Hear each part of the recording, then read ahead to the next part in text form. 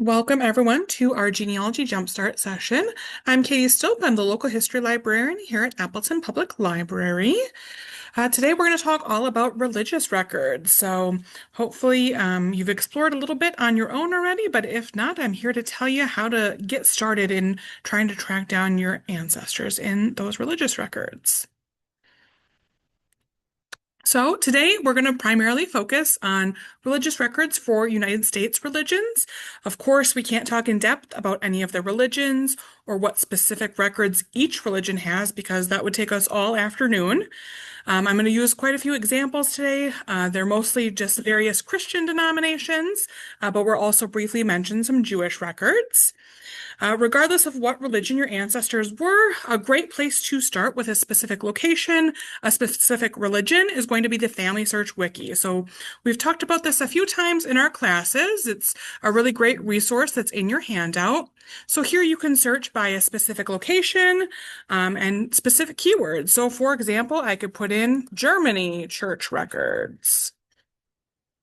And then it will bring me to a wiki page that tells me a little bit more about how to research these German church records, gives me a little history, what types of records you might be able to find for that specific location, and just all of the various kinds of religious records they have. You could also search something a little bit more specific, like specific to the religion. So we could do like Jewish records. And then again, that's going to bring you to a wiki entry that talks all about the various Jewish records and how to research them, gives you links to all the other various record sets that there are. So again, that's a really great place to start if you are really looking for what else is online that you haven't found on any of the other sites we're going to talk about today. So, why should you even bother looking at those religious records? Well, they might contain some rich details beyond what you can find in those vital records.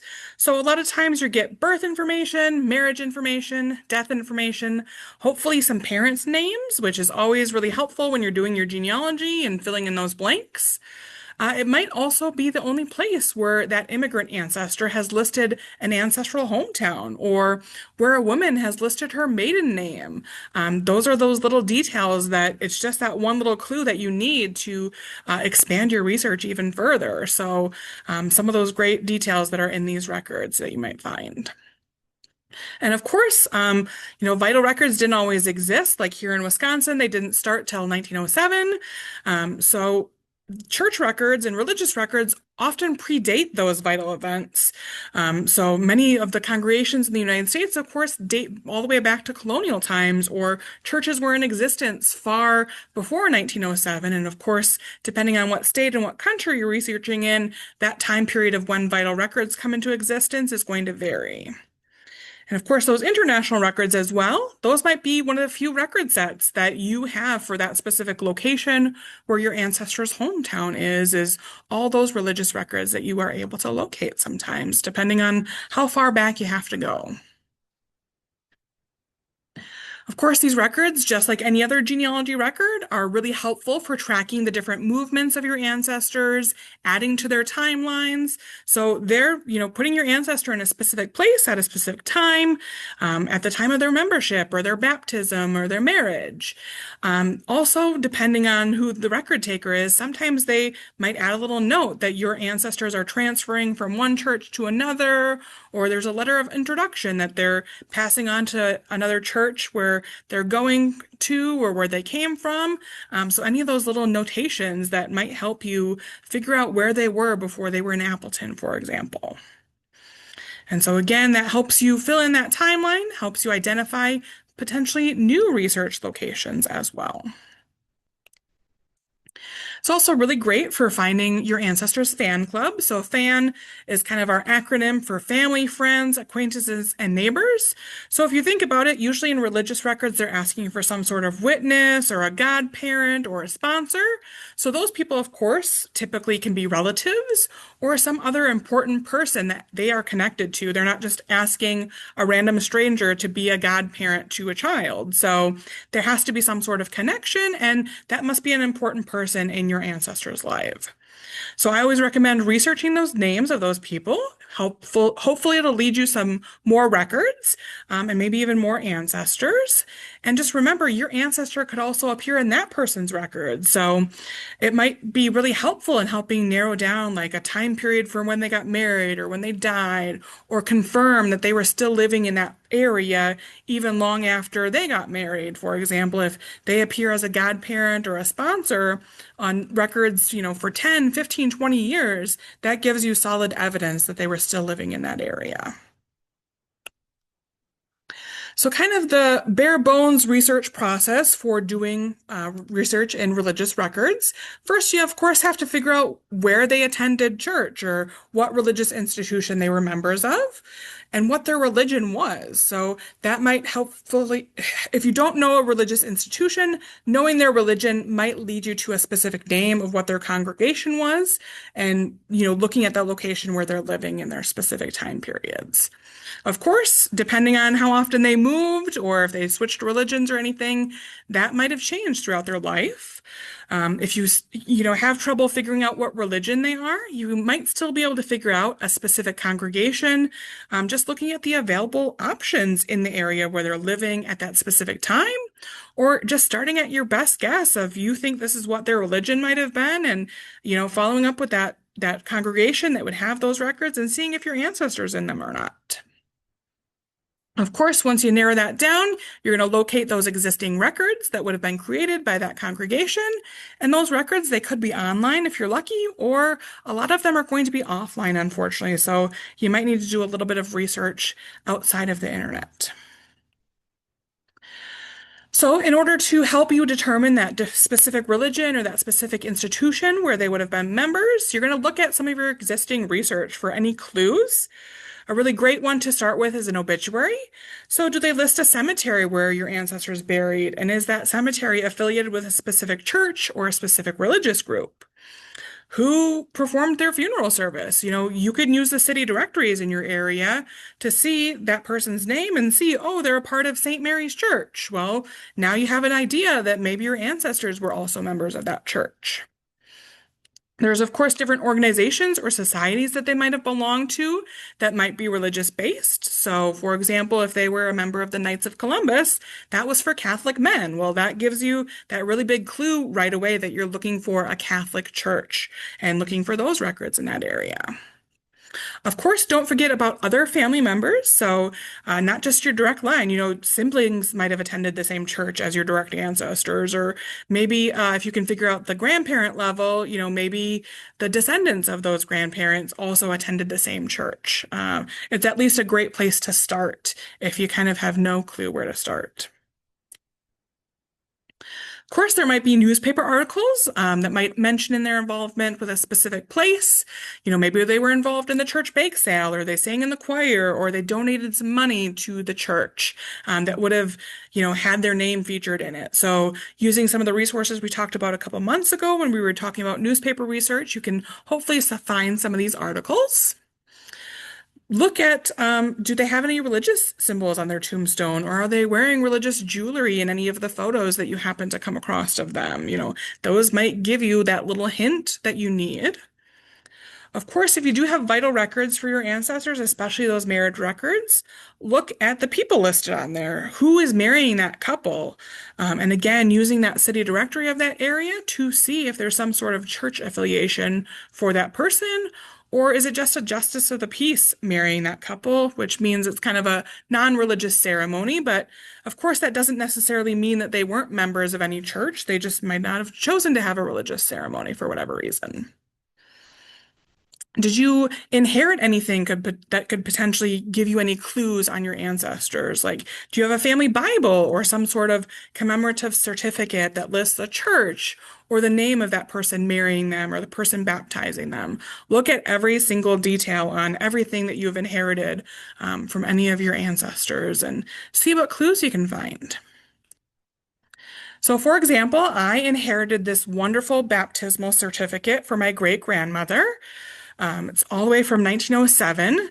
So, can you think of any clues that I would be able to use from this certificate to determine what church they might have been a part of?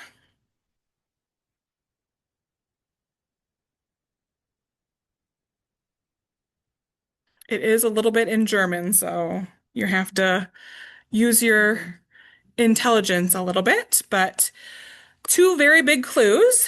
It says the Evangelical Lutheran Congregation in Manitowoc, so at least gives me like a religion. And then all the way down here it says Pastor K. Mockmiller. So what am I going to do with that information? Well, I'm going to see, can I find a city directory for the Manitowoc area around 1907? So I found one on Ancestry.com. That's a 1915. It's the closest that I could get to 1907. I went to the alphabetical listings. I found Carl Mockmiller, so K. Mockmiller, saying that he's a pastor of this church and what his residence is. If it didn't have him, maybe I would try to see if I could find a directory that might have been a little bit closer to 1907 that's not online. Maybe it's at the Manitowoc Public Library, or I'd try to think of other things that I could, navigate around not knowing his affiliation. Then what I did was I went to the front part of the directory. So remember from our directories talk, they're usually listing different churches and where they're located and things like that. So I can see there's a First German Evangelical Lutheran Church listing Mockmiller, and it's located at the corner of Marshall and South 8th Street. So knowing that I had that little bit of detail in her baptism record, I might have just skipped to this part, but I wanted to show you how you could, of course, research that person who's marrying them or baptizing that person to see what affiliation they would have. So then I'm going to go to Google and I'm going to see, okay, is there still this church in existence? Or I'm going to put in that address. Of course, in this directory, they're just giving an approximate location of a corner. But I'm going to pull up that Google map and see, does it still exist? Is it still the same name? Is it still the same denomination? Can I actually get records for this location? So here's a little snapshot. You can see exactly what I Googled, and I can zoom in right here. So here's the corner of Marshall and 8th Street. It looks like it's still there. It's called the First German Church now. But now I can see they've got a link to their website here. They've got a more specific address for me. They've got a phone number. Now I can follow up with them and see, hey, do you have any other church records related to my family, because I'm pretty sure they went here if she was baptized there. Now maybe I'll find some marriage records or confirmation records or anything else on my ancestors. Other helpful things to use, of course, the city and county directories. If you are just starting from scratch, what options are there for religious institutions in their community? At that time period, there might be only 4 or 5 churches or 10 churches. Well, go through one by one and see which one kind of seems likely and start following up with each of them to see if you're able to locate those records. There's also county histories. So you might find these digitized and available online, either through a local library in that area or through some of the digital library sites, which we'll talk a lot more in depth in January when we meet again. Sometimes you might not always find them online, though. Check libraries in that area, check genealogy libraries like the Wisconsin Historical Society, the Allen County Public Library, that's kind of the largest genealogy library kind of this side of the Mississippi in Fort Wayne, Indiana, or the Family Search Library in Salt Lake, Utah, which is, really great resources that have collected all these county histories for multiple different areas around the United States. So you can use these books to learn more about the history of churches in the area that your ancestor lived, and then tied those different officiants to certain churches as well. Because of course, it's going to give a little snapshot of all the history of the church and who was involved in that church and who was the pastor, or who served in that church.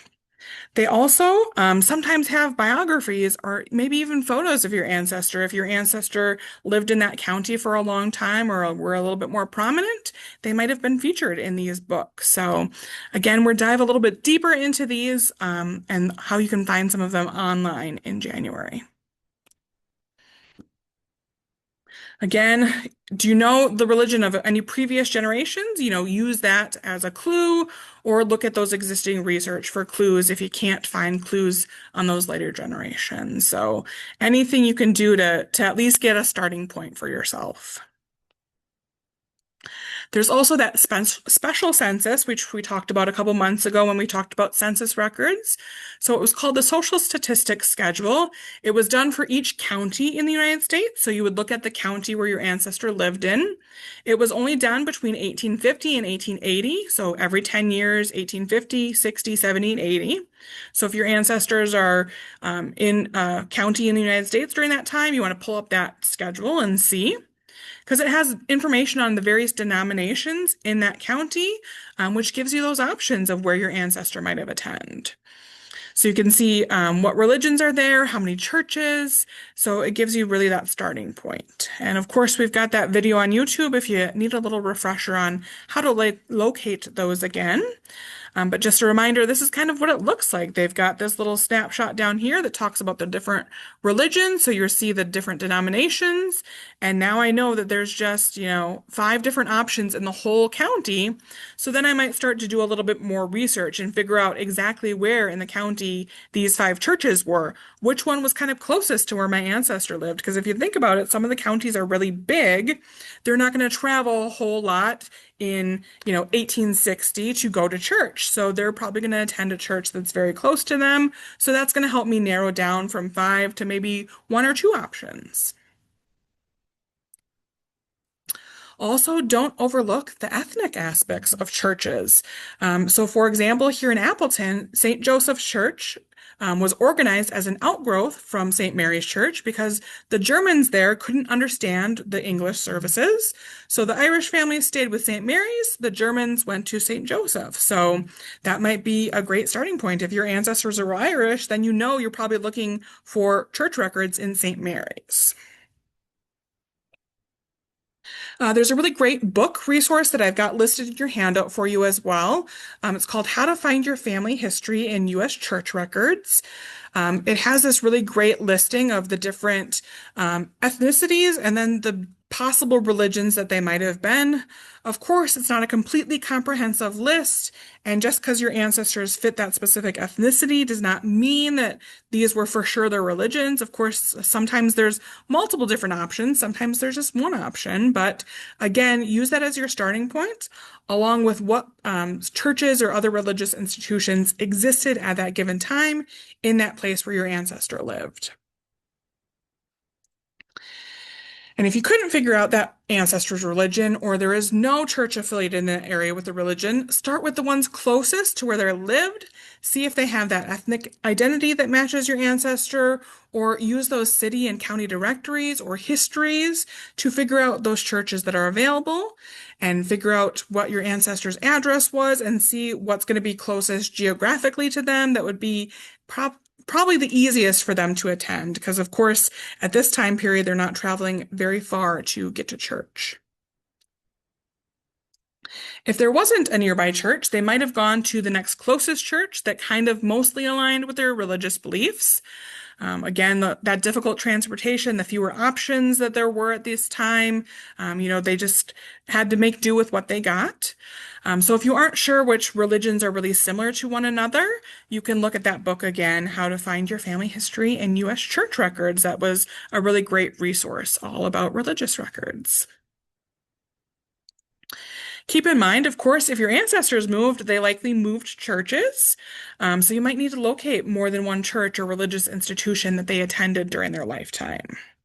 If you're lucky, their original church that you would have found them in might have had notes of what their previous church was or what church they were moving to, or at least gave you a hint of, what city or something that they would have transferred to. Of course, keeping in mind, a lot of times the church that they would have moved to would have likely have been the same denomination. So, for example, if they attended a Catholic church in Milwaukee and then they moved up to Menasha, you're likely looking for a Catholic church in the Menasha area as well, or something similar if there wasn't that option in the area at that time. You can also use Sanborn maps and plat maps of the area to see where your ancestor lived and see where those churches are in relation to that. So if you're not familiar, plat maps, they have these special symbols on the different maps that show where churches are. And then, of course, you can see where your ancestor owned land as well to figure out, okay, what churches are around them. The Sanborn maps also help, they were originally created to determine different insurance amounts, but they actually provide a really great overview of all the cities. So you can see where the churches are, where their schools are, and then look at that in relation to where your ancestor lives, especially in the cities. Those, of course, might be digitized and available online. So start with that local library's website. Start with the Library of Congress in Wisconsin. The Wisconsin Historical Society website's a really great resource for those types of records. But if you don't know what the local library is in that area where your ancestors lived, of course, use Google or your favorite search engine to search. So I would type in something like libraries near Green Bay, Wisconsin, and it's going to give me a listing of, the libraries and say, oh, the libraries in this area are the part of the Brown County Library. So now I know what library to contact. Of course, not everything is online, even for maps.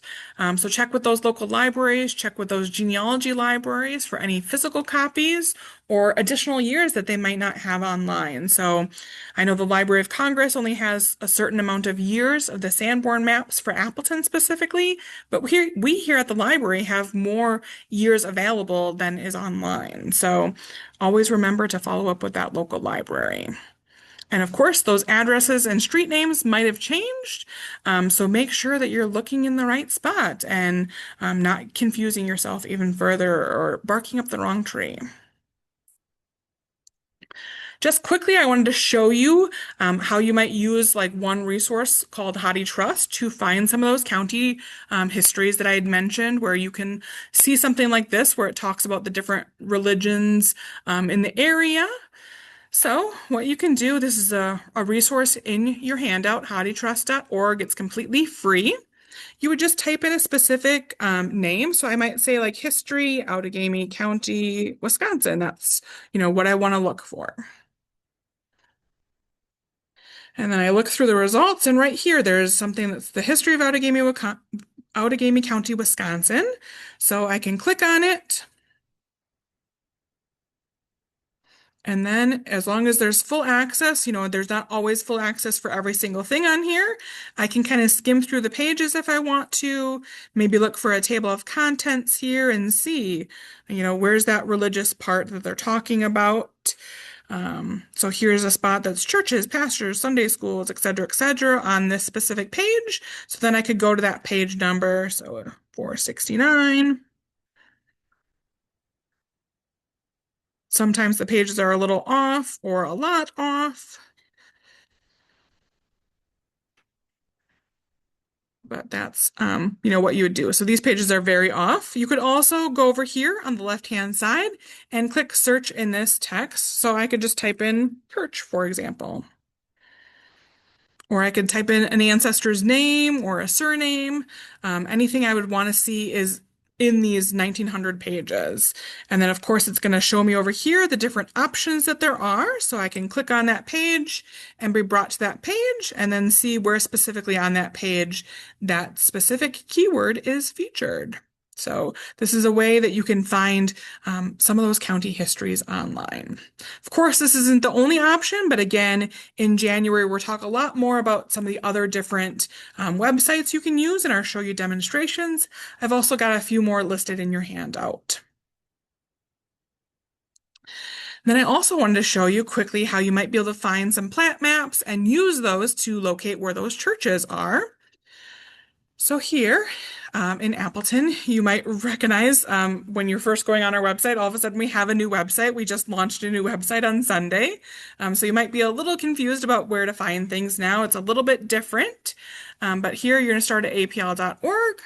Under the Research and Learn, there's a spot that says Genealogy and Local History. So that's where you're going to find a lot of that stuff that I've been talking about for months and months now in this series, and where you're going to get all these great databases for genealogy and local history.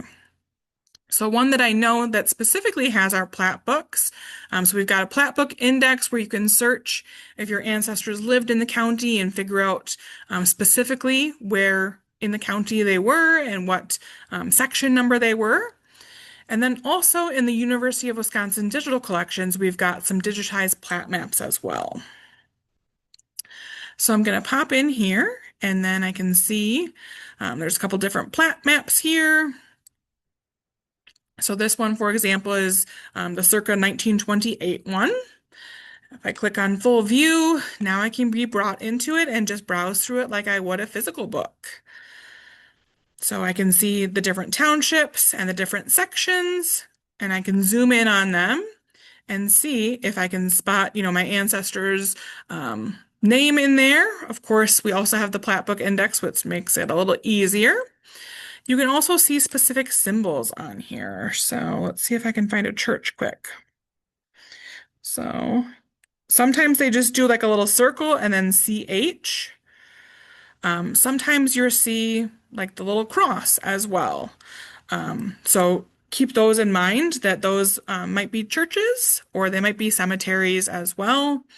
You sometimes also see the little dot with SCH. So sometimes, that might look like it might be a church, but it might actually be a school. They might just have, hidden the S a little bit behind that dot. But of course, you can use these historic maps to compare them to maps of today and see if you're able to locate and see if a church still exists there as well. So just quickly, I wanted to show you a little example of how I might find a cemetery or a church from using a plat map and some of the other resources I've talked about. So for example, we're going to look at this town of Center, which is in Outagamie County. And right here, I can see there's a cemetery. So I can see it's in section 9. Well, how do I figure out what that is in today's terms? Because I don't really know the town of Center. I can see this big black line and the 47, so now I know it's kind of around Highway 47, but I have no clue what the actual street name is right here. So what I can do is I can go to Google. I'm going to type in maps.google.com, and I can type in Center. And I can zoom in and kind of see approximately where section 9 might be. Or there's also a website called Randy Majors. So this is randymajors.org. He's got this great section township range map where you can actually pop in that specific section number. So if I go back to the plat map, I see this cemetery is in section 9, which is this section right here. So I'm going to put in section 9. And then we need the township and the range, which on plat maps you can usually find towards the top. So T stands for township, so 22 north. So we're going to put 22. It's already selected as north, but if it was, south, east, west, whatever, you'd want to change that. And then the range is usually going to be on the opposite side. So R stands for range. It's 17 east. So now I'm going to put that in my little map over here, change it to east. And then make sure I select the appropriate state of Wisconsin. And then I'm going to click go. And then it's going to bring me to nowadays map. So now this is going to just show me the whole section. But as you remember from the section here, we know it's in this kind of top corner. So I'm going to go back to the map over here. If you have a question, feel free to type into the chat. So I'm going to zoom in on this map. And I'm going to see kind of in this corner, it looks like it's Center Valley Road and 12 Corners Road. So what I can do then is I can go back to Google Maps and I can, either zoom in and see if I can find it, or I can do, 12 Corners Road. And see if I can locate it. Oh, there we go. So now, I can kind of see approximately where that is. That doesn't seem right. It should be all the way up here. 12 corners. I should probably put in center. 23, not. Okay.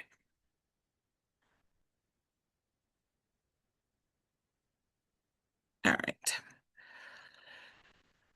Well, it should work, but maybe if I put in Center Valley Road instead. Oh, it helps if I type it right too. All right, so here's Center Valley Road. Here's 12 Corners Road, which is what, I saw on that plat map. And I can see kind of in the satellite image, look at, if I zoom in really quick, I can see there's a cemetery here. Then I can use my little yellow guy. I can pop him on the road. and then it's going to bring me to the street view. And I can see, yeah, there's definitely a cemetery here. If I don't know the name of the cemetery, I'm going to pop around until I can see, look at, there's a street sign or a cemetery sign right here. It says 12 Corner Cemetery. There's also a church listed. So if I didn't have that information on there, maybe I would go to Find a Grave and look up 12 Corners Cemetery and see, do they have any information on Find a Grave on that specific cemetery? So I'd go to findagrave.com, go to cemeteries, and I'd type in 12 Corners Cemetery. I can see there's just 4 options. Of course, I want the one in Outagamie County. And also it gives a different older sign that still has that same church. But you can also see at one point it was known as St. Matthew's Cemetery or St. Matthias Cemetery. So that might give me a clue that if I'm looking at really historic church records related to this cemetery, I might be looking at these churches at that time that maybe don't exist anymore. Maybe they were folded into this church. Another great way, sometimes they have a website listed here if it's an affiliated church, that they will link you to it. So now I've got a little bit of a history on this specific cemetery where it's going to talk to me about, oh, it started as this and then it changed to that, and all kinds of great information that I'm going to need to know or want to know as I'm trying to track down these church records affiliated with that cemetery. So hopefully that made sense of how you might use some of the tools that I just talked about to try to find a specific church or cemetery that might be affiliated for you. I also wanted to show you on the Library of Congress how you would be able to find some plat maps as well. So, forgot to put in my link here, I guess. So it's loc.gov. And if you search under everything, you should be able to type in a specific location. So for example, I might put like plat map, Cottonwood County, Minnesota. Sometimes it needs to verify that you're human.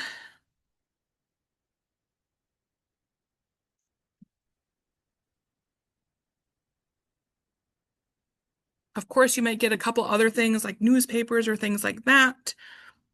You can also narrow down here on the side. So, maybe I want an image. It usually gives you an option for maps, unless they have recently changed their stuff here. Let's see. Maybe I do plat. This worked last time I did it, so I'm not sure why it's not working today, but I promise you can find plat maps. Let's see. So I did put in, oh, I spelled out Minnesota. That might be the difference. All right. So that shows you that you should try to search multiple different ways, including spelling out the state name, because there you go. Why didn't it come up before when I just had MN? Who knows? But here we've got the plat map. You can view that image of it, and now I can see all the different, townships and then the different names listed in it. And again, they've got little different symbols here that might be the school or the church or the cemetery that you can search around. So it's another great resource for you to find some of those plat maps that are not on the library websites. And then I wanted to show you quick as well, Sanborn insurance maps that are also on the Library of Congress website. So this is a link in your handout that talks to you about the Sanborn maps right here where you can find all those different types. So what I usually do, I find it easiest to just like narrow down to my state first. So if I'm looking for Wisconsin, and then I want a specific county, and then you can even narrow down by a specific city, for example. So you can see the different years that they have. Of course, not all of them, again, are online, but once you find one that you want to look for, you'd click on it. Usually the first page or two is where you're going to find some sort of index or some sort of map which will link you to where that location is on a specific page. So, for example, I could look at, Hancock Street. These are the pages for Hancock Street. And if I know a specific address, maybe I'd want to pop in one of those. Or I can also use the map. Come on, servers. All right, well, let's see if it works if I go this way. Nope. Well, when the site works, it's great. Let's see if we can just try a different page number. That's the bummer about doing live demonstrations, is sometimes it's not always easy. So you can zoom in and see, what things are here. So different businesses and things. Of course, if there's a church, it's going to be listed as a church. So you kind of maybe have to zoom around a little bit if you don't have a specific address, but you could also use the city directories to find a specific, location that you're looking for. See if I can find a church quick. That's a creamery.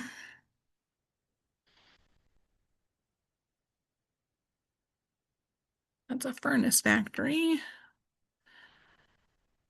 Let's see.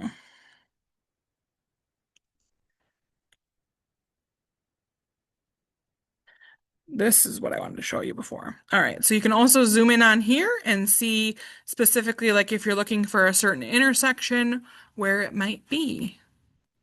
So we can go to page 10, for example, and then see that stuff in that area. So once you find a specific intersection that you want to look for, find it on that map or find it in that index, and then you'll be able to see all the different businesses and houses that are there.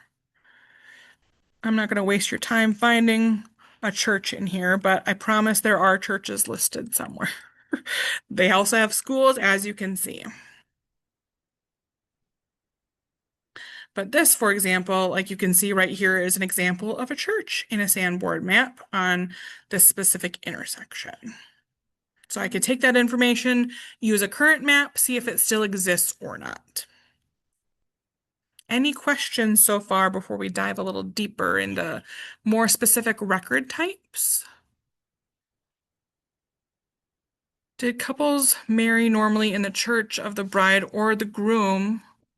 That's a great question. I think more often than not, I would say the bride, but it really probably depends on the church or the couple. Would the church itself have records in their church? So it depends on if the church still exists or not. We're going to dive deeper into locating church records in just a second. Any questions from you guys? Good. All right.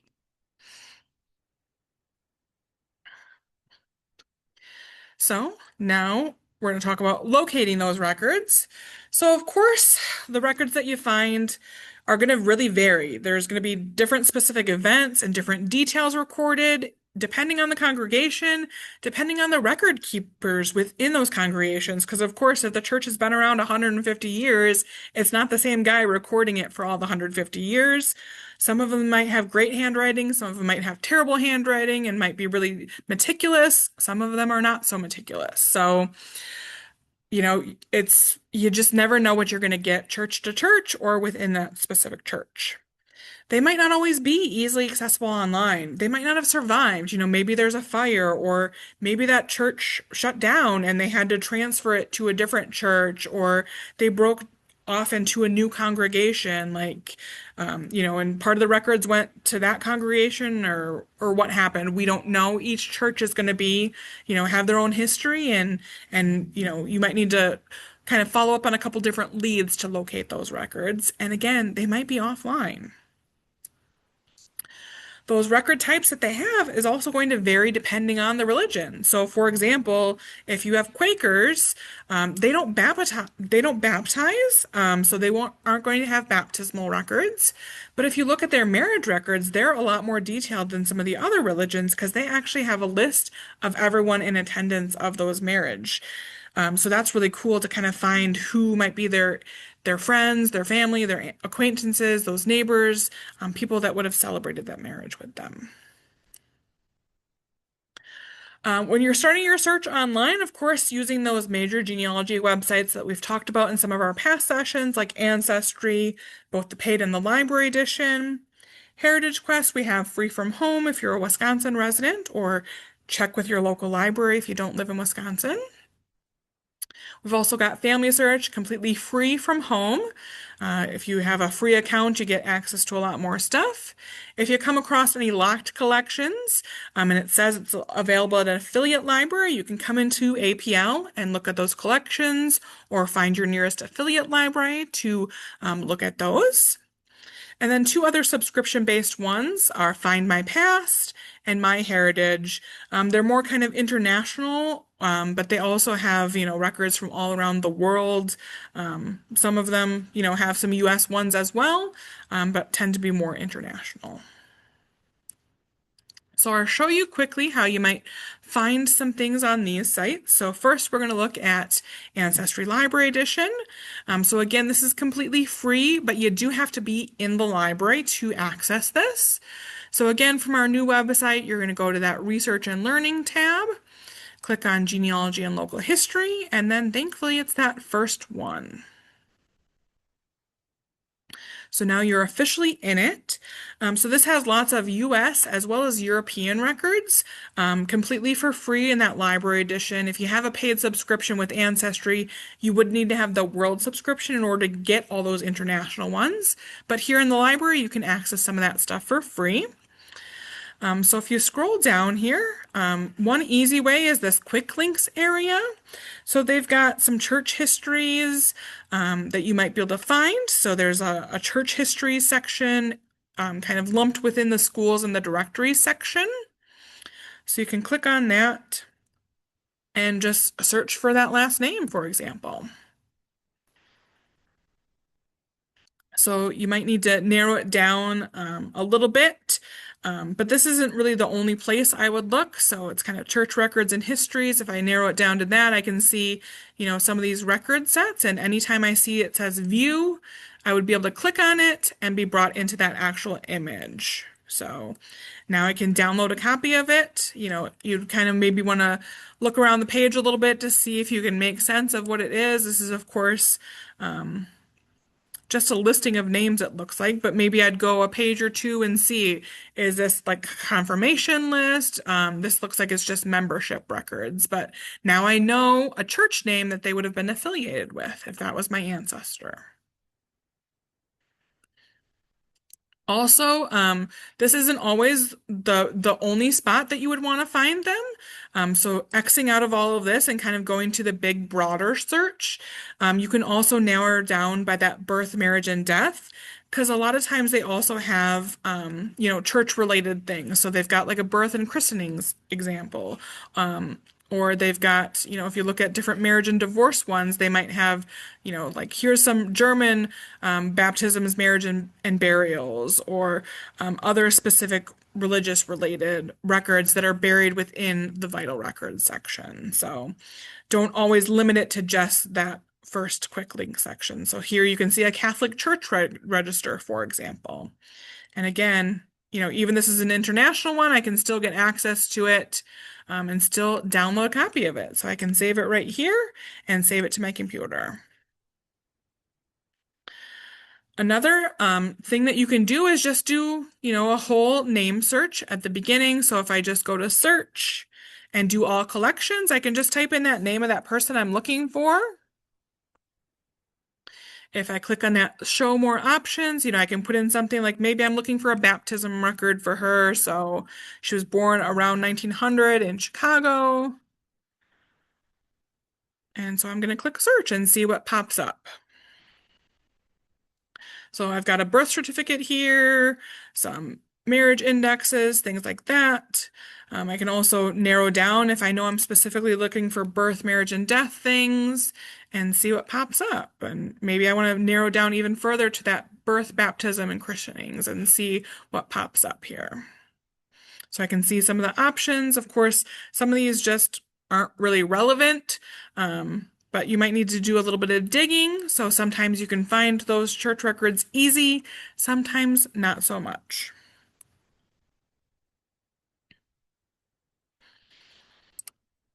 Another thing that I like to do is go to the card catalog. So if I click on search and click on card catalog, here I can type in, a specific keyword like church or baptisms, and see what kind of options there are.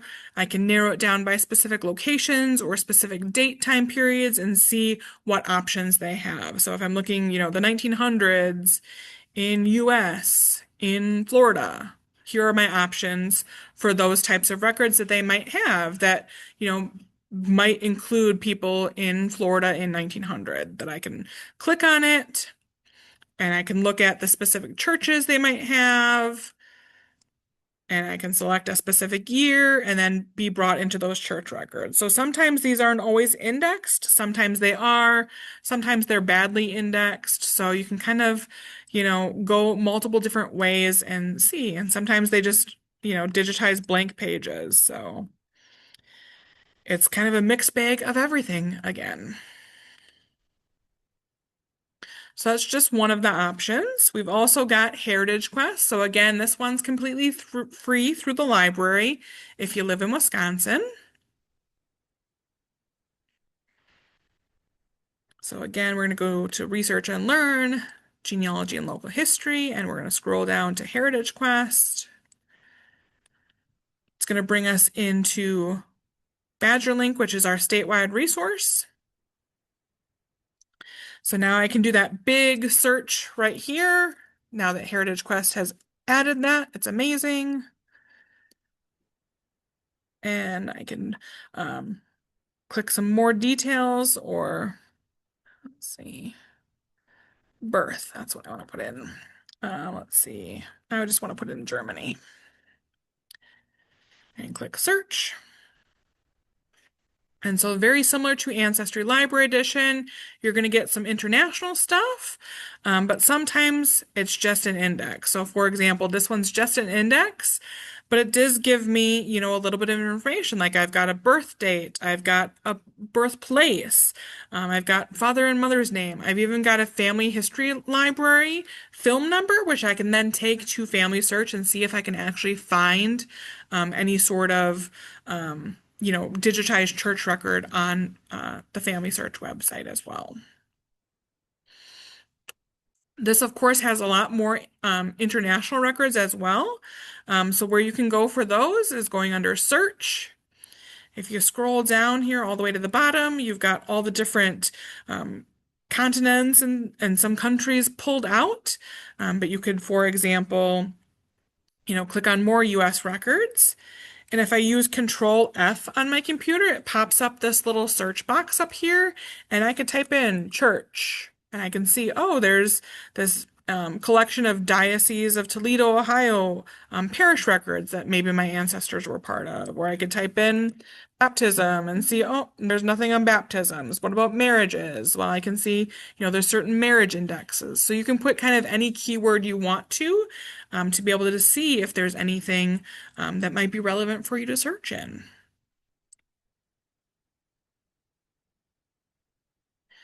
All right, next up, we're going to go into Family Search.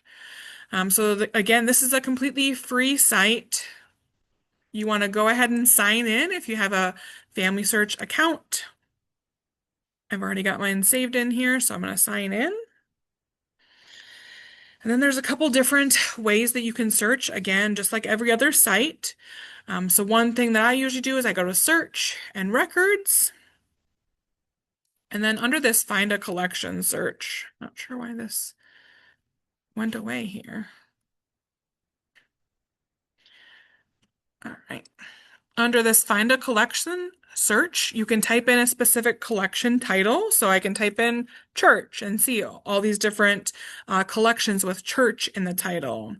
Or I can type in baptism and then see all the different collections that might be relevant to what I'm searching. So if I want to click on one of them and then be brought into it, then I can search a specific name and be brought into those records. Another thing that you can do For example, I could type in a specific location as well. So New York church, for example. So I can see New York church records or church and civil births and baptisms, et cetera, et cetera, et cetera. So they've got all these different things that you might be able to search for. Just type in that name of that person that you're looking for and see what kind of relevant results might be in there. Anytime you see that little camera icon, that means you can look into that actual image of that record. So you can see here are some marriage records, for example, that, sometimes they give some detailed information. Sometimes you just get the names, the date, and some witnesses. Again, it just varies depending on the different churches. There's also, in this new full text thing that Family Search has rolled out, they do have some church records in here.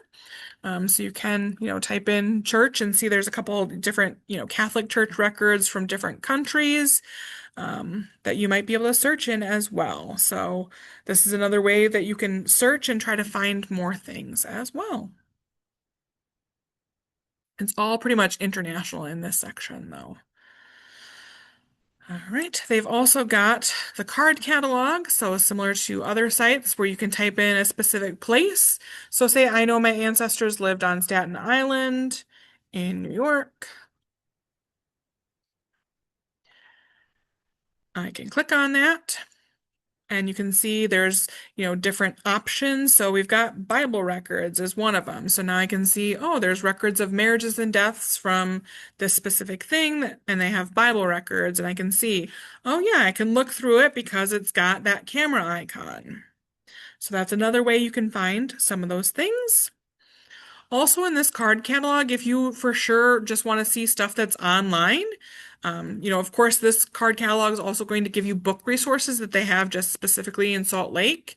If you just click on the online, then it's just going to narrow down to what is only specifically online for you. So you can see some of the options that you have there.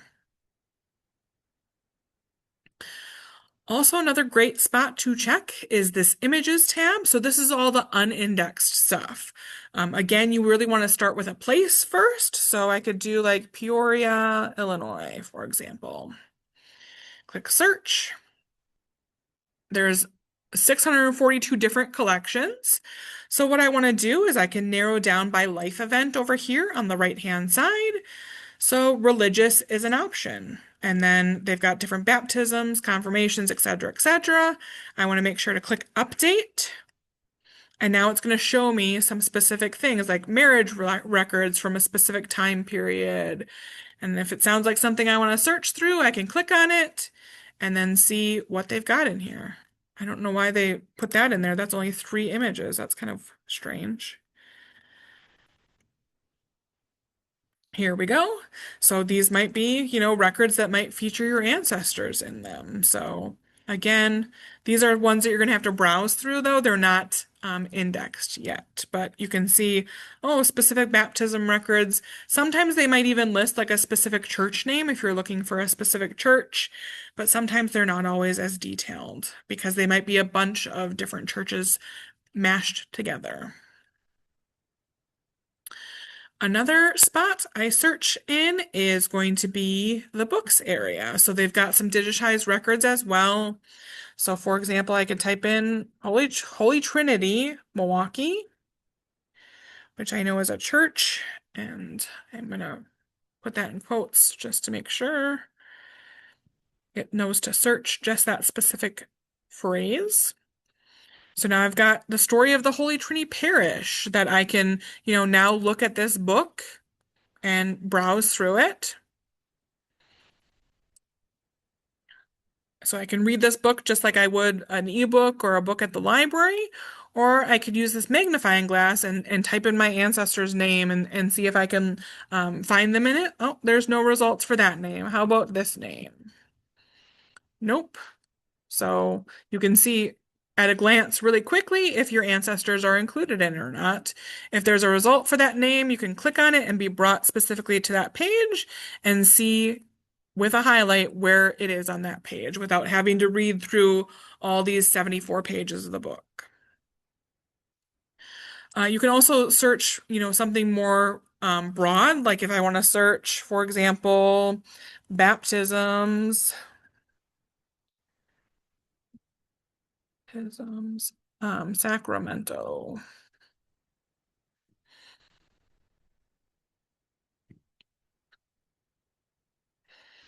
So you're gonna get some other stuff like some maps and things, but here's like something historic churches in Sacramento. Well, if I know my ancestors lived here and I'm really not sure what church they attended, maybe I want to browse through this and kind of read through this resource that's going to tell me about some of the historic churches that they have. And it's giving me these specific names that I can then follow up with and see if I can locate those records.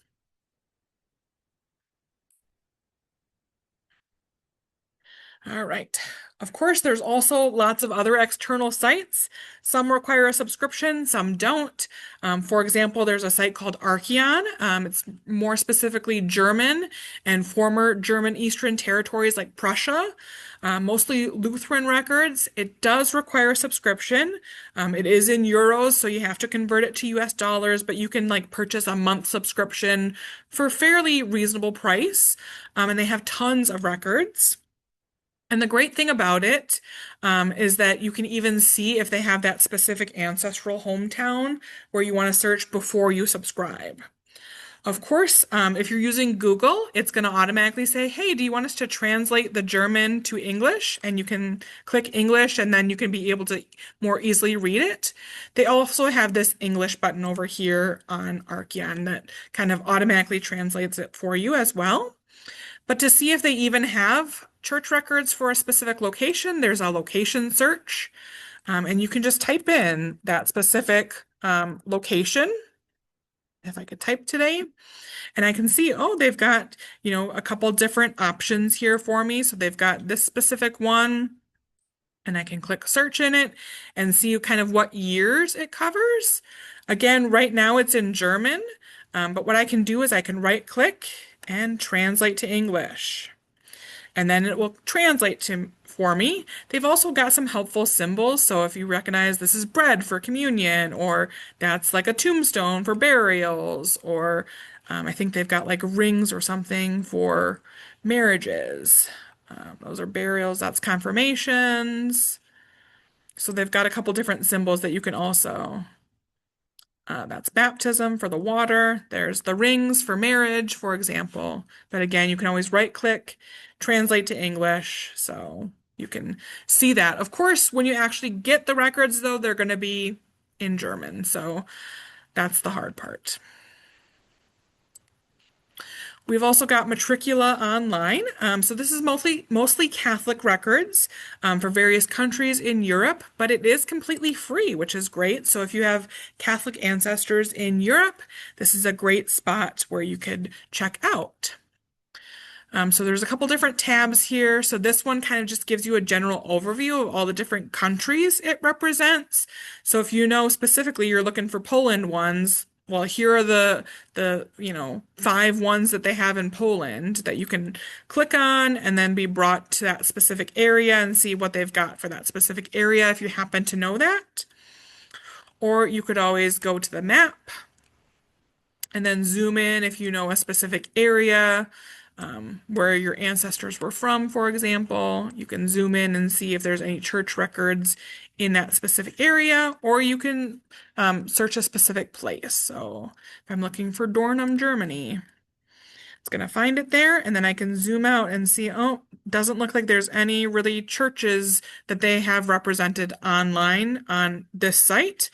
I mean, all the way over here, they've got some, but that's about it. So you can, again, if you find a location, you can see what they would have for that location and then be brought into it. They've even got some great photos, a little bit more information. Again, you can translate it to English, where it will tell you a little bit more about it and then show you what records they have. Once you find a record that you want to look into, you'd click on that camera icon and then be brought into it. So all these different pages that they've got. Now you can see what you're working with. And again, these ones aren't indexed, so you kind of have to know approximately what time period you're looking for, find that specific year, and then kind of go through and see, where your ancestors are on these pages.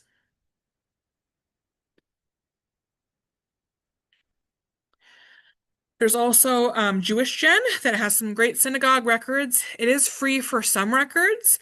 For other records, they do have them behind a paywall. So, you could, just go here and type in that specific surname and then see what options they have for that surname in all of their various collections.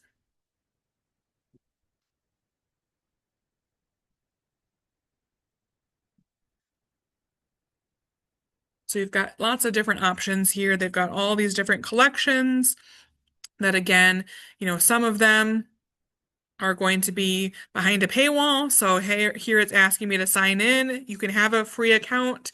Sometimes it gives you, you know, information without having to pay. Sometimes it's kind of just like this indexed information that is kind of bare bones stuff. But if you want like an actual image, maybe that might be behind the paywall. So again, feel free to explore that if you have Jewish ancestors. It's a great resource.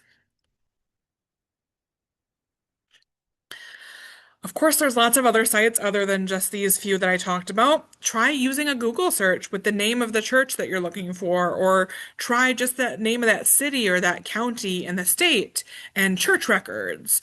Or try a search with the denomination and the state and see what else you get that might be available through other, libraries, historical societies, genealogy societies. There's all kinds of different websites out there that might have church records. I also want to encourage you that if you get bad scans of a record from one online site, look at other sites that might be better. Because, for example, I found some baptism records in Germany on Ancestry Library Edition, but then when I subscribed to Archeon for like a month, they were so much better compared to Ancestry. Or if you compare Ancestry to Family Search, sometimes one is better than the other. It really depends on how they're scanning them and how they turned out. Of course, again, not everything is online, so you might need to search offline. Of course, you need to first figure out, does it still exist? If it does, of course, Google them. Look at their website, see if they have one. Look at their history to confirm you're for sure looking at the right St. Mary's Church, because there's lots of St. Mary's churches. For example, if you think this is the church that your ancestors married in 1854, but the church didn't open until 1906, obviously not the right one. You need to go back to the drawing board. Some churches even have a genealogy section of their website. Some might even have digitized some of their records or have some sort of portal where you can access them. Of course, you can contact them, ask them, how do I access your records? Explain that you're doing genealogy research and what records you're looking for. Either give them an email or give them a phone call. Can you go there to research if you live close enough? Or do you need them or want them to look for you and send you what they have? If you need them to do the research for you, you want to be as specific as possible. You want to give those names, give a time period or exact date if you know that. What type of record? So, for example, if I'm writing to a church, I'd say, oh, I'm looking for records. My ancestor's name is Henry Stilp. He was born in September 1874. I'm really looking for his baptismal record. Then they know a specific time period, a specific name, and a specific record type. If I happen to know what church, of course, and if it's like a larger regional repository, I might have a specific church name in there as well if it's a larger repository. I always like to also ask them to give me a specific image of that original record and not just type what they see because, of course, errors can happen, or maybe they leave out this little, note on the side that was really helpful. So I always want that actual image of that original record if they have it. Some places might charge you a research fee. Even if they don't, it's always nice to send them donation. Of course, they're taking the time to do it for you. Even a little donation is a nice gesture of thanks for them. Of course, be patient. They're not going to always respond immediately. Follow up nicely in a few weeks if you haven't heard back from them, and just make sure that they got your response. Or maybe if you emailed them and didn't get a response, try calling them and see if you can get a response that way. If you live nearby or you're planning on being in that area to do a research trip, they might even allow you to go there and do the research yourself. Some might require you to set up an appointment in advance. Some might let you make copies or take photos of the records with your phone or a camera, but you always, of course, want to ask first that you have permission to do that. What happens if it doesn't exist anymore or the name changed? Well, you're going to have to do some digging. So try researching in some of the newspapers or other local history materials to find out, okay, did it just move locations and it exists just in a different location? Or did it completely just change names? Or did it merge with another church in the area? Maybe that church that they merged with took on their records. Or maybe that church just took over the building and who knows what happened to their records, or maybe their records were sent to the State Historical Society or the local county historical society. So you want to be sure to look at local, regional, state, and countrywide repositories. So for example, if you have Catholic ancestors, they have different dioceses all around. So for example, the Catholic Diocese of Green Bay has church records for all of our Northeast Wisconsin area. And then there's going to be different dioceses around the state that have that part of the state's records. So again, there might be something like that. That's a regional area where you need to contact them. Even if that congregation still exists, they might transfer them to that larger repository just because they run out of space after a while. Again, checking with those local, state historical and genealogy societies and libraries. Maybe they've got stuff in book form or they've got things in microfilm as well, especially if that congregation doesn't exist anymore. Maybe they offloaded their records somewhere else that's still accessible to you. Now we're going to talk just quickly about some examples of some of the records that you might find. Of course, it's going to vary depending on the different religions, different, things that they practiced. So you might find baptismal or christening registers. Again, not our religion, all religions practice that. Some of them didn't always do infant baptisms. Some might be in adulthood. You're going to hopefully find some marriage records, some lists of deaths and burials, which usually tend to be more detailed, especially if that a congregation is affiliated with some sort of cemetery, like maybe they have a cemetery on site or somewhere around that city where they are affiliated, where all their members tend to be buried in that same cemetery. If not, you might at least get a death date. Sometimes it's even hidden inside that member list. So don't always overlook those member lists, thinking that you're not going to get any info in there because you might have some great stuff. They've got like admittance information or removal information that could help track where did your ancestors come from? What church were they at before? Or where are they going after they're leaving here? Sometimes they have really detailed notes, sometimes not. They also might have directories. Usually in the last 100 years or so, they became more popular. Sometimes they even have photos of all of their members at that time, which is really cool to look at. There's going to be confirmations, communions, bar bat mitzvahs, Sunday school lists, newsletters, so much more. Again, depending on the religion, what they practiced, and what type of records still exists and how long ago it was. Now I'll show you a couple quick examples. So here, for example, is a baptism record that I found from St. Mark Lutheran Church in Chicago, found it on Ancestry Library Edition. So you can see, it's giving her name, her baptism date, her birth date, her parents, and then her godparents. So these are names of people I would want to follow up with, see who they are. I've even got an address here for the parents, so now I know specifically where they lived at this time when she was baptized, which is really helpful. Here's another older example of a baptism record that I got from the Tully Baptist Church through the Tully Area Historical Society. So you can see it's just kind of all in a paragraph form, and then they're listing all these people that were received by baptism on that specific day. So your ancestor's name might be one of these people here, and that's all you're going to get, unfortunately.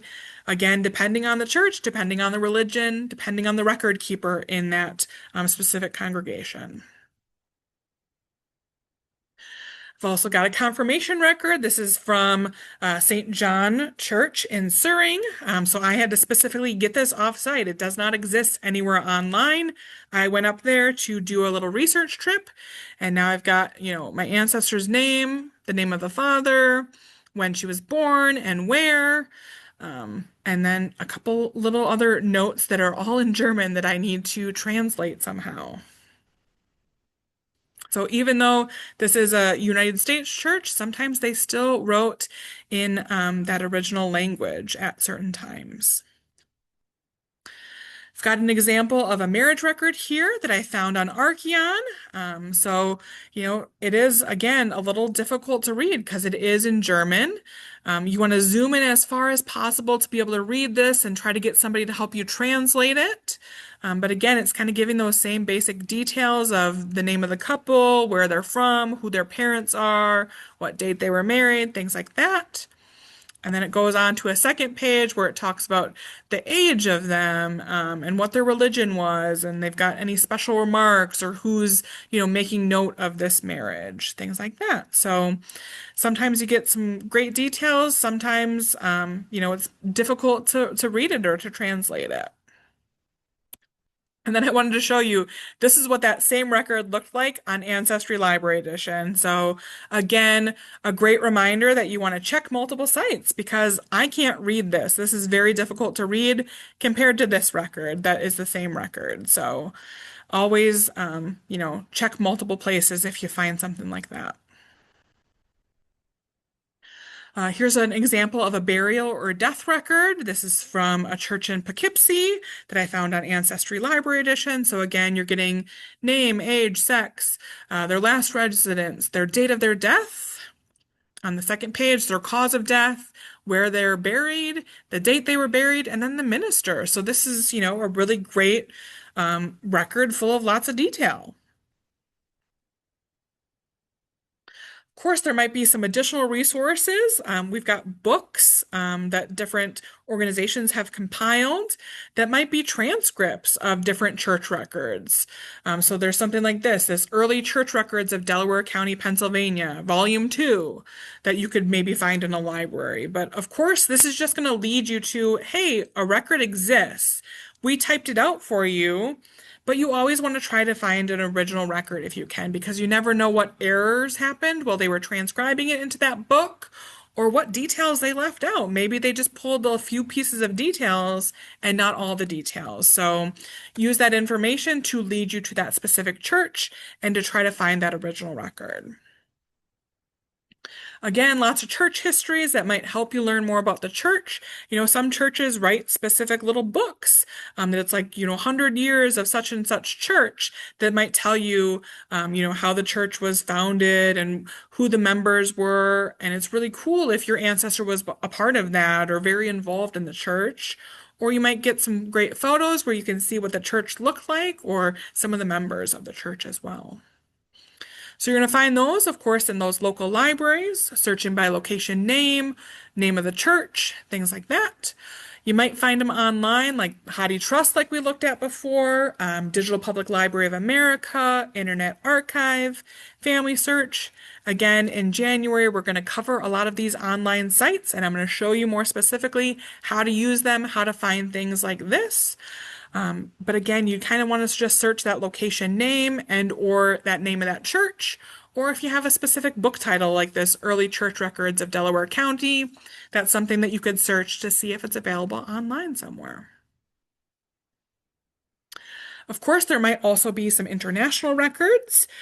Some are available online at those major genealogy websites that we already talked about. Some might be on those specialty sites like that Archeon site that I talked about that's more specific German records. Of course, different places are going to have different records. You just got to kind of search. Again, that Family Search Wiki is a really great starting point to lead you to more specific resources. So again, we could do a search for Ireland church records and see what pops up on that Family Search Wiki. That's going to give us a starting point to start our search. So Ireland church records. So just like I showed you at the beginning, now here we see a bunch of different links that I can find. Oh, there's like a Roots Ireland and an Irish genealogy site. Anytime you see a dollar, that means it might need some sort of paid subscription, or some things might be behind a paywall. So start, of course, with the free ones first, and then if you need to, of course, follow up with those other paid subscription sites. But again, it's going to give you lots of links and lots more information on the different places. Again, you can also search in the wiki by a specific religious type or a specific country. So I could search Baptist record or Baptist church records in Poland to get more specific suggestions for that specific religion in that specific country as well. Again, just like any other records, the availability of records is going to vary greatly. Depends on the country, their privacy laws, and again, not everything is online. What's also great about the Family Search Wiki is that it sometimes gives you suggestions on how to find those records offline as well for a lot of the countries, and even gives you some sample request letters that you can use that are written in a different language. So, for example, in that Poland one, there's a Poland letter writing guide that I can click on, and it's going to give me an example of how to request baptism records in Poland, for example, and give me the exact verbiage I need to use that I can just plug in the names and dates that are relevant to my ancestors and send it off to that church and see what I can get. Again, like we looked at just a few minutes ago with the examples, don't be surprised if those church records are in a different language other than the language even that your ancestors spoke, even in those US records. So I was a little surprised when I first found some Catholic records and realized that they were actually in Latin. I don't know Latin, so that was fun to try to translate those. Of course, don't let that discourage you. There's lots of great places online where you can get help with those translations. So there's Google Translate that kind of gives you a little rough translation. There's different Facebook groups or genealogy societies. Like I know the German genealogy group that you can post a picture of something and say, hey, can somebody help me translate this or transcribe it for me? There's lots of books, of course, where they help you decipher handwriting, or there's different foreign language dictionaries where you can see what the English word is and what the foreign language word is. They've also got some great word lists through Family Search Wiki. So if you just search on Family Search Wiki for French word list, it's going to tell you this is what baptism is, this is what marriage is, this is what bride is, this is what groom is. All the different keywords that you would expect to see in those record types, it's going to translate for you so that you know to spot those in those records. We've got a few minutes yet. I'm going to just show you a quick little case study of how I used some of this great information to figure out what the church was for my ancestors and how I used that information to then find a marriage record. So here's the scenario for you. I was looking for the marriage record of my third great grandparents, Jacob Stope and Margaret Law. So from my previous research, I had found this great biographical sketch in this Illustrated Atlas of Winnebago County, Wisconsin. And right here it says that they were married in Milwaukee in May 1854. That's great information. Doesn't have an exact date. Doesn't give me a church, unfortunately. I, of course, checked the pre-1907 Wisconsin vital records to see is there a vital record, marriage record for them. There wasn't. So, of course, the only option might be that church record. So I really want to figure out the exact date and what church they were married in. Of course, I have no clue what church they attended. So I pull out my research I've done to this point and I look for clues. So first I'm looking, okay, where were they buried? Well, to figure that out, I went to Find a Grave. So I searched for Jacob. Let's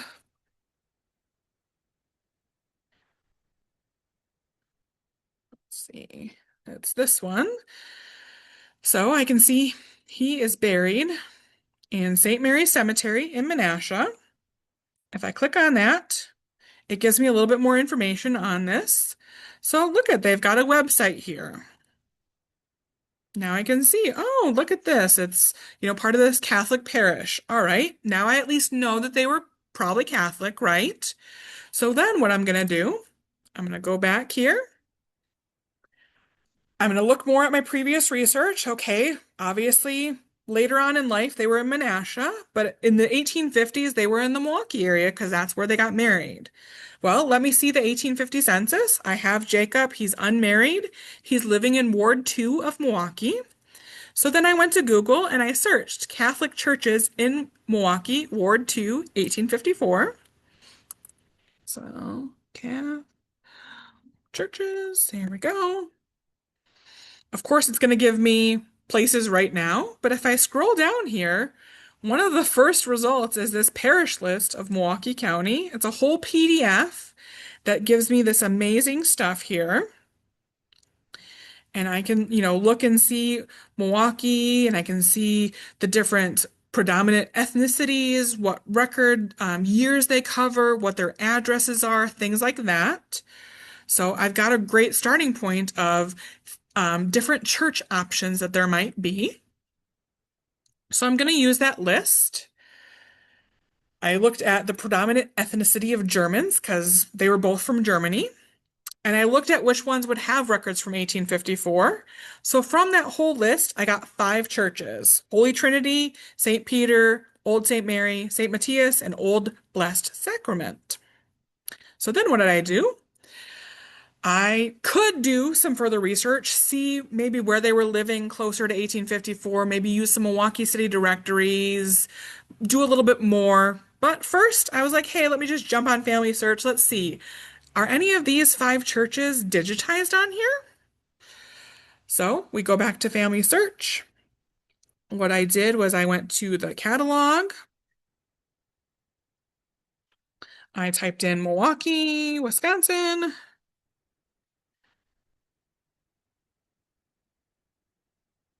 Let's see. Church records. Oh, that's just for the county. Hold on.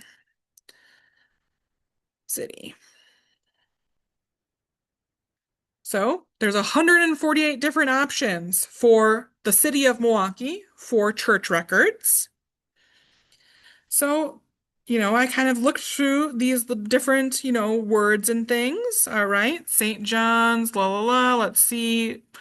What churches would match the 5 that I have? So I knew it was here somewhere. Let's see. Here we go. So St. Mary's. I can see church records from 1847 to 1920. Well, they were married in 1854. This sounds promising. I can click on it. It says they're in Latin. Be careful. I can look here and see, okay, there's different indexes and things like that. But let's see, which one do I want? Marriages, marriage index and marriages right here. So now I can click on that little camera icon. And then I can search in through here and see, okay, there's an index. Let me see where I can find them. To save you the suspense, I found this page first. So here's an index of all the marriages. And I zoom in and I see different names here. And look at that. Page 42 of the marriages. Of course, it doesn't match with the 42 up here. But I know that at least this book that I'm looking in sounds really promising because now I know this is the exact church. And I'm going to find their actual record on this page, which, if we look at the top of the page, there's a 42 way up here. It's very difficult to read, but they are right down here. Let's see. Here they are, this third one right here. So I can see Jacob Stilp, Margrethe Law.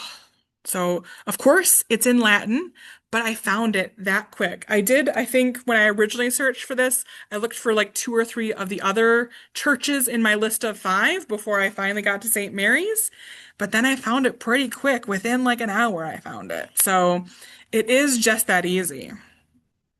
But again, it's in Latin. I don't know any Latin. Thankfully, I am a member of a Facebook group called Genealogical Translations. So I filled out a request, I posted a photo, I posted a link to that record in the group, asked for some help. Less than an hour later, I had a rough translation thanks to Carla, who's a wonderful volunteer.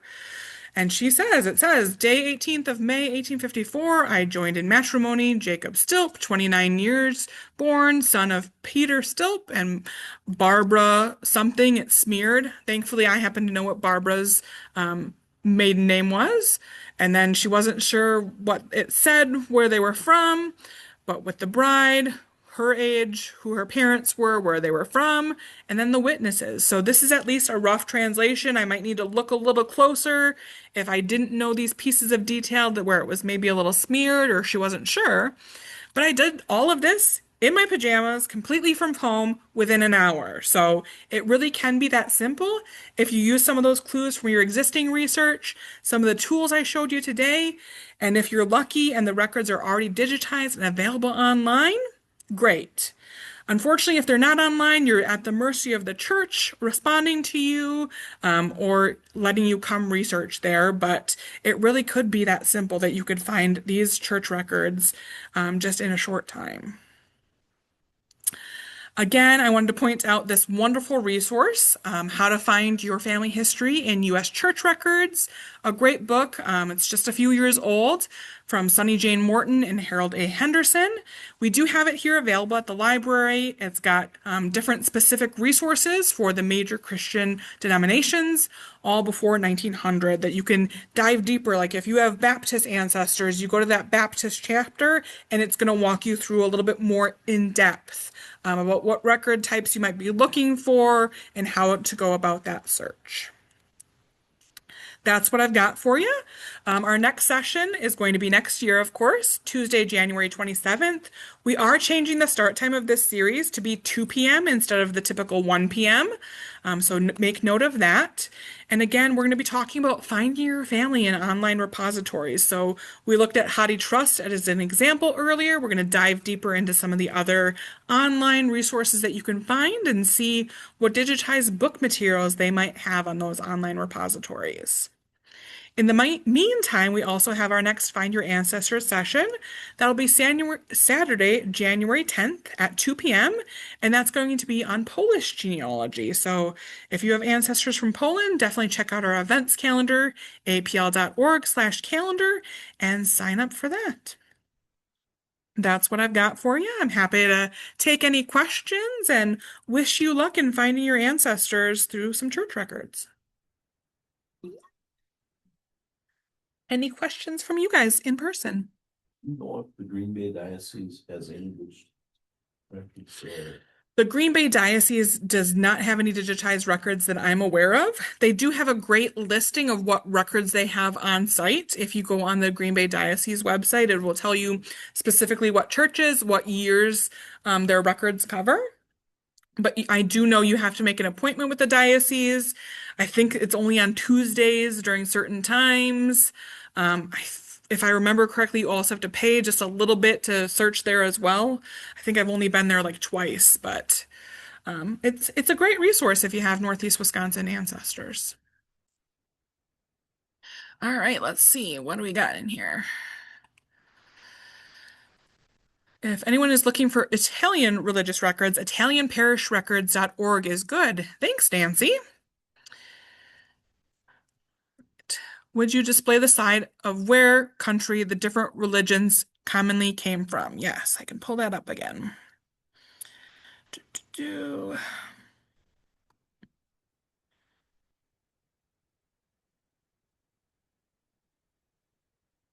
Here you go.